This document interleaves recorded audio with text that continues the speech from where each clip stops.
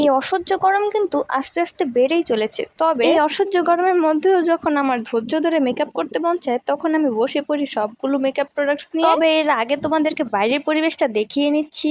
আল্লাহর অশেষ রহমতে এবারে রোজাগুলো দ্রুত শেষ হয়ে যাওয়ায় আমাদের কাউকেই এই অসহ্য গরমের মধ্যে আর কষ্ট করে রোজা রাখতে হচ্ছে না। তবে এই সুন্দর সানলাইটের মধ্যে কিন্তু যে কোনো ফটোশুট অনেক বেশি সুন্দর আসবে। আর বড় বড় মডেলদের জন্য কিন্তু এই সানলাইটটা তাদের জন্য অনেক বড় একটা প্লাস পয়েন্ট। সে যাই হোক, আমি ফোনে সুন্দর একটা গান লাগিয়ে বসে পড়লাম মেকআপ করতে। আর যেই গানটা আমি শুনছিলাম সেটা কিন্তু খুবই ভাইরাল একটা গান। এই রোদে প্রত্যেক দিনে আমার বিছানা প্রায় গরম হয়ে থাকে, এটা রাত্রে শুতে গেলে টের পাওয়া যায়।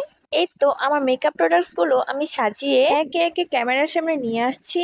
এখানে আমি আমার কয়েকটা আইশ্যাডো প্যালেট নিয়ে নিয়েছি। তোমরা দেখে হয়তো এটা মনে করবে যে ওটা জ্যামিতি বক্স নিয়েছি, কিন্তু না, ওইটাও কিন্তু একটা মেকআপ বক্স যেটা আমি নিজে বানিয়েছিলাম আই মিন ক্রাফটিং হ্যাক গুলো দেখে। এরপরে ছোট্ট কিউট পোটলাটা থেকে আমি আমার ব্রাশ গুলো বের করে নিচ্ছি। আজকে সবগুলো ব্রাশ বের করবো না, শুধু যেগুলো লাগবে সেগুলোই নিয়ে নেব।